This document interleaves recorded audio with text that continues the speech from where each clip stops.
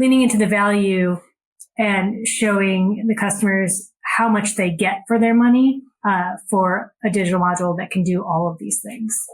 Welcome to Honest Ecommerce, a podcast dedicated to cutting through the BS and finding actionable advice for online store owners. I'm your host, Kris Kaiser, and I believe running a direct-to-consumer brand does not have to be complicated or a guessing game.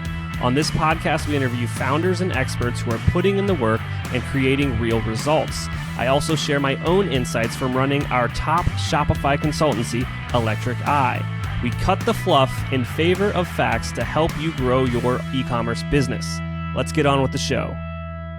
Hey everybody, welcome back to another episode of Honest Ecommerce. I'm your host, Kris Kaiser, and today I'm welcoming to the show not one, but two founders of an amazing company. Today I'm bringing to you Kris Kaiser and Stephen McCaul, coming to us from Noise Engineering. Welcome to the show. Thanks for having us. Awesome. So for those that are unfamiliar with Noise Engineering, can you quickly just set the stage on the types of products you guys are bringing to market over there? What are you guys selling? Sure. We make modular synthesizers, which is kind of a niche type of musical instrument. And that was where we started. Now we also make musical instruments, so guitar pedals, and we make software for people that do use their computers to make music. That's amazing. Now, take me back in time, and I'll kind of set this up for you. So in 2007, a biology PhD student and a software engineer walk into a bar. Yep. You want to do the start? Sure. So back then, we were both in completely different careers. Stephen was an audio engineer, software engineer, working in the video game industry, and I was a biology PhD student. Fast forward a few years, and both of us were kind of tired of what we were doing, and we really never saw each other, and we decided that maybe we should try to make a go of noise engineering together, which had been sort of a side project, a hobby for Stephen for a few years at that point. That's amazing. And then it sounded like there was kind of like a challenge or maybe like a weekend hackathon that led to a bit more of taking it seriously. What became our first product came about because a coworker of mine had recently bought a modular synth, which is sort of one of what became our main product. Was interested in it, and I'd used them before some, but there'd been kind of a renaissance of really interesting ideas in that space recently, 2007. But then, just my sort of nature, I started critiquing all of the details that I didn't like about other people's modules, and so my friend kind of got annoyed at me and sort of dared me to make a module that he wanted. And so I went home that weekend and hacked together something with, literally super glue and plastic and a dev CPU board that did what he wanted. And that became our first product, the Ataraxic Translatron. That's amazing. So you went almost from idea to prototype from Friday to Sunday? Yeah. Yeah. How long did it take you to take that from a prototype to we're going to sell this thing? Oh, that was like years, at least a full year, probably, because I had no idea of manufacturing. I understood the software part of it, I understood the audio part of it, but there's a lot of manufacturing is hard, and so that just figuring out how to do that took a long time. But it was also kind of a golden era for our little niche industry because there was one shop that would buy 50 of anything you made. And so without that store, we wouldn't be sitting here today. But because that store was willing to take a risk and buy 50 of that first product, that was enough to pay for a run of 100.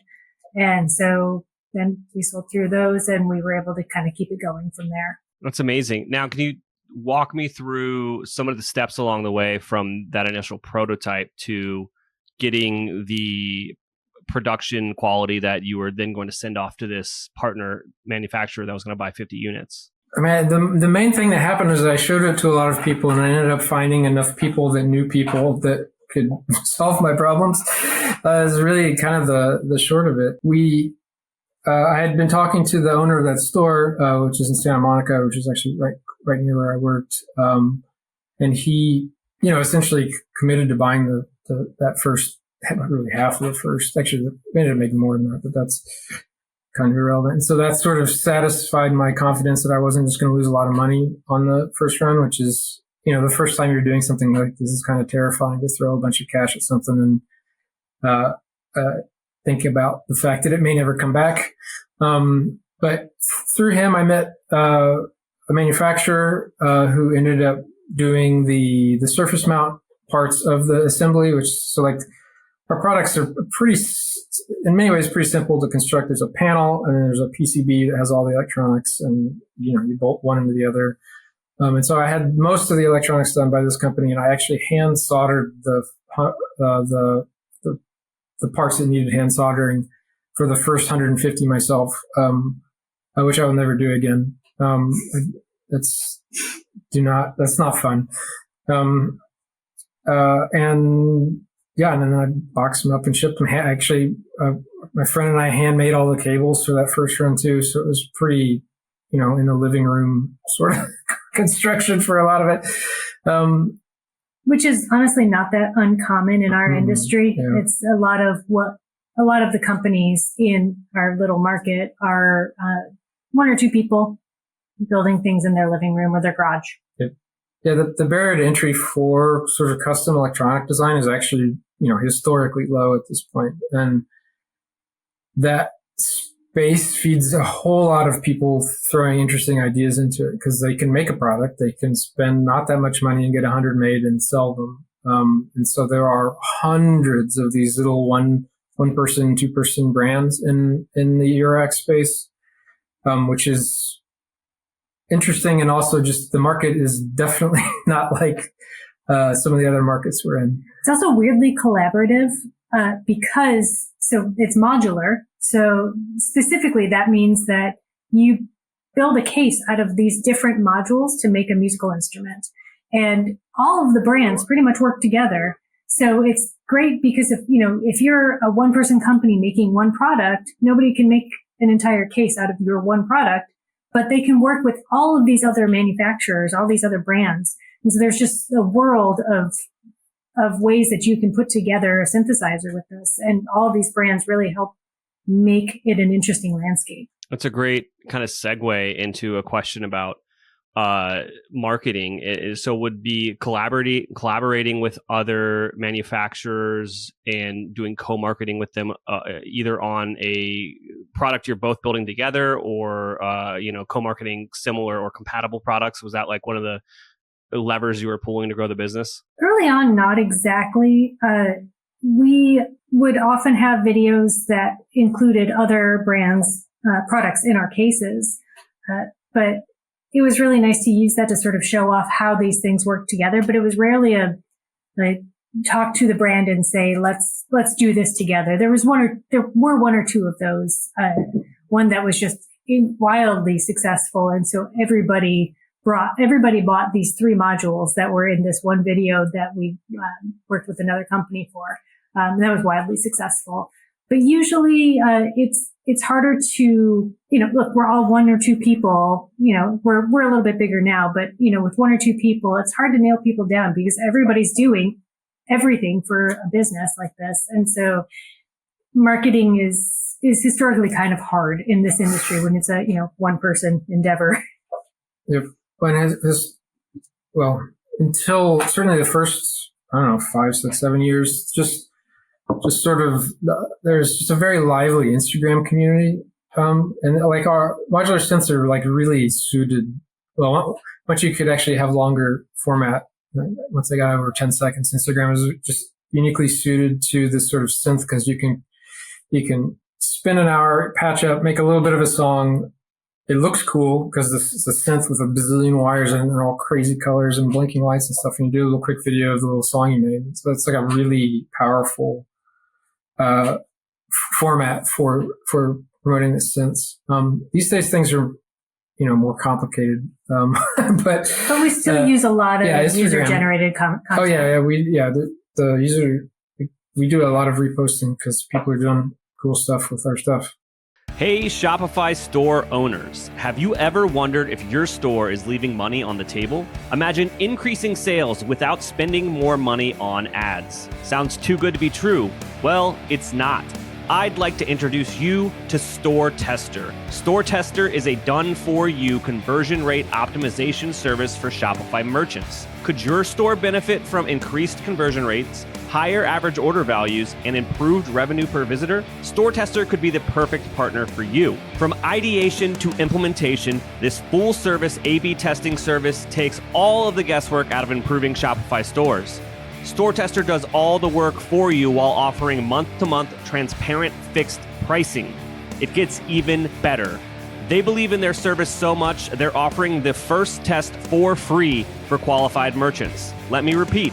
The first test is free for qualified merchants. Curious to see if you qualify for a free test? Reach out today. Visit storetester.com to schedule an intro call. That's www.storetester.com. Schedule an intro call today to see if you qualify for a free test. Hey everybody, today's podcast is brought to you by Intelligems, the ultimate profit optimization tool for Shopify merchants. I'm telling you this, obviously you know I own an agency. We use Intelligems when we're running split testing and CRO stuff for all of our clients. Are you looking to maximize your profits? Intelligems offers data-driven solutions to optimize your content, prices, discounts, and shipping rates. Join over 500 happy clients who have seen significant improvements. With Intelligems, you gain control over your e-commerce economics, boosting your profit per visitor by an astonishing 36%. But that's not all. Intelligems users report a 54.62 increase in revenue per visitor and a remarkable rise in conversion rates. How does Intelligems do it? Through a suite of tools that allows you to A/B test everything on your Shopify store, from landing pages to product prices and shipping rates. Imagine testing new layouts, offers, even a new Shopify theme with ease. We're testing a new landing page for our client on a new theme versus an old landing page on their old theme right now. Intelligems empowers you to find the perfect price point for your products and optimize your shipping strategy. But there's more. Boost your average order value with customized campaign offers and discover if your customers prefer free shipping or a lower list price. With over $100 million in incremental profit generated, they have over 1.5 billion transactions ran through their software. They have over 400 million shoppers that have gone through their test. Intelligems is not a tool, it's a game changer for your business. Are you ready to transform your Shopify store's profitability? Book a demo today at intelligems.io. Empower your brand to reach new heights. Again, that's Intelligems, giving superpowers to your customer acquisition, retention, and overall profitability. So with these products, how do you approach pricing for your products to stay competitive while ensuring profitability? It's a challenge. Yeah. It is the ongoing challenge, Yeah. particularly recently as, between the part shortage, which just hyperinflated the price of all of our parts, and just trying to, keep active and competitive with, as Stephen said, there are literally hundreds of brands out there. So it's always a challenge to balance, both all of these things. Most of what we do is they're digital modules. That means that there's a microprocessor on it. There's software that has to be developed, firmware has to be developed for it. So there are generally some expensive parts on these. So it's hard to say, we could ever be competitive with some of the more budget brands. And so I think part of what we've been realizing is we need to just own where we are. We're not going to be ever able to compete with the very, very inexpensive brands who are doing just very small analog things with very inexpensive parts. But we are really good at what we do. And so leaning into that identity and, not gouging the customers. We're not making huge profits on most of these. And the industry standard is not particularly high, for this niche. So I think just leaning into who we are and trying to show the customers the value, leaning into the value and showing the customers how much they get for their money, for a digital module that can do all of these things. Absolutely. Another just important point is we manufacture in the U.S. We do it in California even. So our manufacturing is, it's just not cheap. It's great quality. And we work with a factory that pays a living wage to their workers, certified living wage, which is important to us. So yeah, a lot of factors make us, essentially unable to compete for the cheapest price, which is fine. It's not what our strengths are anyway. So absolutely. And I think that a lot of those choices kind of blend into your culture of the company, but then also like the types of customers that you attract, and also probably just plays into the marketing as well. For sure. Could you share any more about the marketing of the business, how you started to acquire customers that weren't friends and families or referrals in that regard? I know there's a lot of people out there, maybe not necessarily starting synth modular companies, but they're kind of out there trying to figure out how to get those customers that aren't related to them. Like our early customers came from, going to trade shows and events and me standing there showing it to, hundreds, if not thousands of customers. The store I mentioned earlier that had bought our first units also at that time, had a booth at NAMM. And if you're not, NAMM is one of the largest trade shows in the world, and it's the annual music instrument trade show, basically. And it's gigantic. At its peak, it was, seeing 100,000 people come to it. And so like the early days were really going to those shows, talking to individual customers, talking to stores, of course, getting wholesale sales, and Instagram. And that was really it for, I would say, the first 5 years. But that got us into a whole lot of stuff, certainly as much as we could cope with manufacturing wise at that time. And that coincided with the explosion of shops that sell these modular synths. So it was kind of a right place, right time. A couple of the things that we've done to try to sort of set ourselves apart is we started early on, like 2017, I think it was, we started a blog. And we've since handed that to one of our employees, Marcus. And we hired Marcus initially just as a tester. And it turns out that they were really good at like all of the things that we gave them. So they now write the blog for us. And it is a weekly blog. And we have an entire series on just getting started in modular synth, because it's often an overwhelming and confusing thing to start. Because what do I buy? What do I build? What are these modules? So Marcus writes a weekly post on the blog. The rest of us, will write the occasional post, but it's been a huge educational resource, and it's sort of our top of funnel approach. The other thing that we do a lot of, we're getting back into now that things are open again. Historically, we've done a lot of outreach, and education is one of our core values.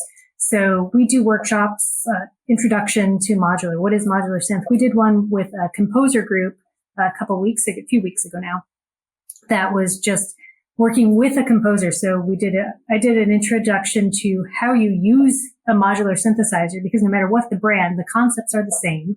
And then the composer that we worked with did this really incredible demonstration of how he uses these products while he's scoring a film. And so those sorts of outreach things have been really, really great for marketing too. We meet some really awesome people. We're very much a boutique product. And, as with most boutique products, people really want to know the story and the people behind it. And so like those face-to-face things are always very powerful for us. We're a relatively high price, low volume product as well. Right. So, it doesn't take, if you win someone if someone becomes a lifetime fan of yours, then, it represents a pretty substantial amount of income for us. So we're also lucky to be based in Los Angeles. So, our team is entirely remote, but most of us are here in Los Angeles.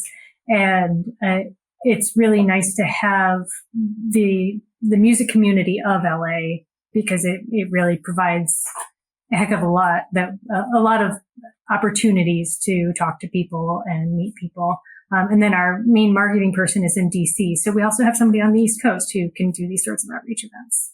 That's amazing. Just to kind of parrot what you said about some of the tactics that you use to grow the business. First and foremost, being authentic, being yourself. People want to buy from people, not necessarily faceless entities out there like Amazon. But also doing the things that don't scale is something that comes up a lot in these interviews. Like going to the trade shows where you know your customer is. A question there would be, what sort of feedback did you get from these real life events, and did that help to kind of change the product over time? Well, certainly in the early days were a lot different than today. But when it was the early days and it was just me and it was still just a hobby, like I wasn't even treating these events as like a way to get customers or whatever. It was just a way to take my ideas and show it to the people who were interested in them. And so I would just regularly take prototypes, half-baked stuff, show it to people, talk to them about what they thought of it, and just get like actual real-time feedback about the product on the floor of NAMM. And that product would come out 6 months later or whatever. These days everything has changed. The events have changed. We've sort of changed the way we do things. We're a lot better at actually finishing things and making them good than I was by myself when it was a part-time hobby. Surprise. We don't do as much. We spend a lot of time talking to musicians though about what they want and what they need, what they don't have. So I feel like it's sort of taken a step back, that sort of interaction. But we still send Patrick, our marketing guy, he loves to go to the trade shows. And so he'll go and talk to everybody and get feedback. And he's really wonderful about just engaging with people wherever they are and wherever, whatever trade show. So we send him to a lot of them. Yep. And trade show here is maybe worth noting, like some of these are just like synth shows where a whole lot of enthusiasts show up. Like it's not even necessarily like some of these stores don't even really go to. They are like enthusiast shows. But it's a very attentive market. That's amazing. And kind of the last note that you said on your marketing, I guess, playbook was that you invest a lot in educational content and top of the funnel through your blog. A lot of listeners out there are, I would say, scared of content marketing because it doesn't have that direct response, that paid ads, for example, has. How long do you think it took you guys to realize that the blog was worthwhile, or was it kind of like an instant gratification? It started in fits and starts because when I started it, it was just the two of us and neither of us really had the time to do it justice. And so it wasn't really until Marcus took it over and showed like they know every module that has ever been made. They know so much about production. And so I think it was around the time that Marcus really started to grow the blog that it was really obvious that it was a good thing. We did a workshop a few years back that at a local shop making techno music with our products.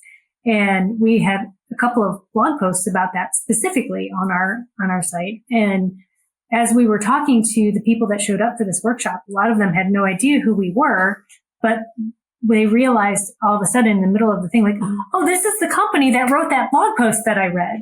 And so like we were able to make those connections. So I think, that's just one case in point, but I think people are finding that content and it goes beyond a lot of places have the one single introduction to modular synth post, but ours goes a lot deeper. Yeah, we have hundreds and hundreds of blog posts at this point that span a tremendous amount. I mean, it helps that our topic is really deep. It is of combinatorial complexity. You can put any number of modules together in any different number of permutations, and there's something interesting you can do about it. So we sort of have this infinite fodder for showing off interesting things that, possibly no one has actually ever tried before. So. Yeah. Yeah, that's the power of content marketing. And, hint, hint, that's why I started this podcast. I didn't like writing, but podcast was pretty easy for me. Before we go, you guys have expanded beyond modular synths, which is what you started with. And I would love to talk a bit about the software products that you released. And I know that the guitar pedal products are on the horizon. Are they out yet? Not quite. Very soon. Yeah, so plugins came. One of the joys of modular synthesis is that it's incredibly ephemeral. You put all those cables together, you turn it off and turn it back on again. It may not sound the same. Some of the modules don't have any memory. If you change the knob at all, then what you just did it may be completely different. And a lot of people find that very inspiring and really enjoy that. But there is a band of our customers, particularly the film and TV composers, who need to be able to record something. And then when the director comes back and says, could you do it without distortion? Or could you do it a little bit more like this? They need to be able to recreate some music really quickly and really easily. So Eurorack modular synth does not lend itself to that in any way, shape, or form. So we talked to a lot of composers and everybody wanted software. So we moved into the plugin world. It hasn't been, it's not a huge market for us. It's an extremely competitive market. But what is nice about it is that there's no build cost. There's no manufacturing. There's none of that. Once you actually finish the software, which is non-trivial, but once you finish the software, it's free to make. And that has been a very nice little add. Guitar pedals are, well, you can talk more about pedals. Well, they're not out yet as of this moment, but we are actually just about to ink a distribution deal, and it should be and they're in manufacture basically at this point. And it's just another market that I've always been really interested in trying to hit. And by market, I really just mean an instrument that I like, I guess, as a guitar. And we've been wanting to do this, or I've definitely been thinking about it since the very beginning, and we've been really trying to taking steps to do it since really 2020, I think, is when we really formalized a plan that, of course, then went completely haywire because we're not releasing those until 4 years later. But yeah, we've done a lot of development. They're really interesting. I feel like I bring our brand strengths to a completely different ethos of music, really. And I'm really excited for them to come out. That's amazing. Now, if I'm listening to this in the near future, maybe not necessarily the week it comes out, these pedals are probably going to be out. So where do I go if I want to check out the synths, the pedals, the software? What do I do? Our website is noiseengineering.us, and we have all of our products are there. All our blogs are there. You could get any of the products we sell direct. We also have links to our retailers. So particularly for international folks where it's a little bit harder to deal with taxes and all of that. All of our retailers are listed on the website as well. Our retailers do a tremendous service for us because a lot of the customers can never actually put their hands on these except in a shop. So we always welcome people to support their local retailer as well. And the website is a Shopify site too. We do appreciate that around here. Kris and Stephen, thank you so much for coming on the show. Thank you. We can't thank our guests enough for coming on the show and sharing their knowledge and journey with us. We've got a lot to think about and potentially add into our own businesses. You can find all the links in the show notes. You can subscribe to the newsletter at honestecommerce.co to get each episode delivered right into your inbox. If you're enjoying this content, consider leaving a review on iTunes. That really helps us out. Lastly, if you're a store owner looking for an amazing partner to help you get your Shopify store to the next level, reach out to Electric Eye at electriceye.io/connect. Until next time.